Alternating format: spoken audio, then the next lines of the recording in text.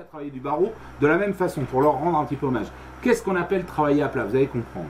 Je vais commencer par fabriquer le cadeau à Sacha. Donc regardez, je chauffe du verre noir qui est fabriqué à base de manganèse. C'est ce qui lui donne cette couleur bien précise. Et je fais ce qu'on appelle un petit crochet. Voilà. Ce petit crochet, si je le regarde sur la tranche, on voit le crochet. Si je le regarde comme ceci, il est à plat. Le barreau est toujours plat. D'accord? C'est ça. Faire ça.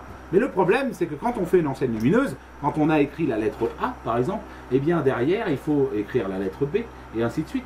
Mais il faut qu'elles se raccordent les unes aux autres. Donc du coup, il y a ce qu'on appelle des retours. Et c'est le retour qui fait absolument la pièce. Il faut savoir qu'en gros, un A, avant qu'il soit fini, avant qu'il y ait son retour, ne ressemble pas à un A. Voilà. Donc ça peut paraître difficile à comprendre, mais je vais vous faire voir que si on enroule plus le serpentin, comme ceci, eh bien on peut travailler à plat. Donc en réalité, il ne travaille pas à plat sur une table, hein, il travaille à plat dans l'espace, comme ceci. Donc il faut voir en deux dimensions. Voilà ce qui se passe. On travaille à plat, par exemple. Là, on a fait une spirale, d'accord? Et puis si on se met comme ça, bah, c'est toujours à plat.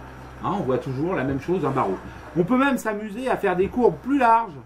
Voilà, pour vous expliquer un petit peu comment on peut jouer avec cet équilibre et cette matière. On peut faire une courbe plus large, par exemple comme ceci. On va la tordre un petit peu, voilà. On va vérifier qu'elle soit à plat. Toujours pareil, à plat, et pourtant elle est courbée, hein, d'accord? Et à partir du moment où on fait le retour, eh bien tout devient comme par magie une forme bien précise. Et là, hop là, on fabrique une clé de sol. Voilà, à partir de là, on a notre clé de sol. C'est juste le retour qui donne la forme finale. C'est le plus important, c'est cette courbe-là. D'accord? Une fois que c'est fait, eh bien on va coller un pontil. T'as filmé, hein, Sacha? Oui, je crois que c'est à toi après. Ouais, c'est à toi après, je vais te la donner. Parce que t'as gagné. oui. Hop, on vient ici et je viens faire un plein et un délié. C'est-à-dire que, comme la première boucle, vous vous souvenez, je l'avais fait très fine à la base, on a l'impression que ça soit écrit avec un stylo, hein, comme sur les portées, en fin de compte. Et ben voilà, on va faire une clé de sol. T'écoutes de la musique, je suppose? Non. Non, Oui. jamais. Oui, oui, T'as pourquoi? pas de chance si t'écoutes de la musique. Voilà, donc Sacha, regarde, on finit la clé de sol. Alors ça aussi, il faut faire attention. Alors vous verrez, parce que vous l'avez vu faire avec un morceau de verre, si vous essayez avec un morceau de fil de fer, vous allez voir que quand vous allez la faire à l'envers.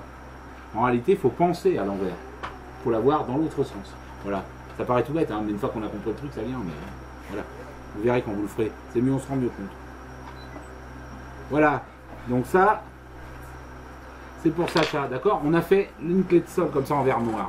Ok? Tu peux arrêter, Sacha. C'est bon. Tu sais où ça s'arrête?